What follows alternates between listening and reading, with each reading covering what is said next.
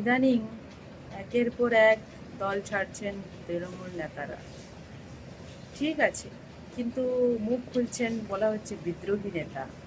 তো এই বিদ্রোহী হওয়াটা স্বাভাবিক, কারণ সেই দল আজ ক্ষমতায় নেই।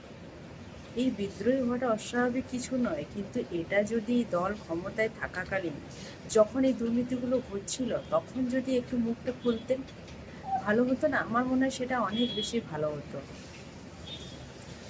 তখন স্বার্থ ছিল, দল ক্ষমতায় ছিল, আজ দল ক্ষমতায় নেই।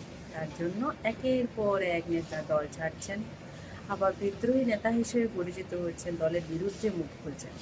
যখন সরকার ক্ষমতায় ছিল, যখন তৃণমূল ক্ষমতায় ছিল, এত দুর্নীতি হচ্ছিল, তখন যদি একটু এই বিদ্রোহী নেতা তকমাটা নিতেন, তখন যদি দলের অন্যায়ের বিরুদ্ধে মুখ খুলতেন, তাহলে মনে হয় অনেক ভালো হতো।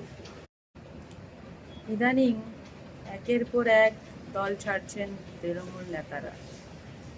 ঠিক আছে, কিন্তু মুখ খুলছেন, বলা হচ্ছে বিদ্রোহী নেতা। তো এই বিদ্রোহী হওয়াটা স্বাভাবিক, কারণ সেই দল আজ ক্ষমতায় নেই। এই বিদ্রোহী হওয়াটা অস্বাভাবিক কিছু নয়, কিন্তু এটা যদি দল ক্ষমতায় থাকাকালীন যখন এই দুর্নীতিগুলো হচ্ছিল তখন যদি একটু মুখটা খুলতেন, ভালো হতো না? আমার মনে হয় সেটা অনেক বেশি ভালো হতো। তখন স্বার্থ ছিল, দল ক্ষমতায় ছিল, আজ দল ক্ষমতায় নেই। তার জন্য একের পর এক নেতা দল ছাড়ছেন, আবার বিদ্রোহী নেতা হিসেবে পরিচিত হচ্ছেন, দলের বিরুদ্ধে মুখ খুলছেন।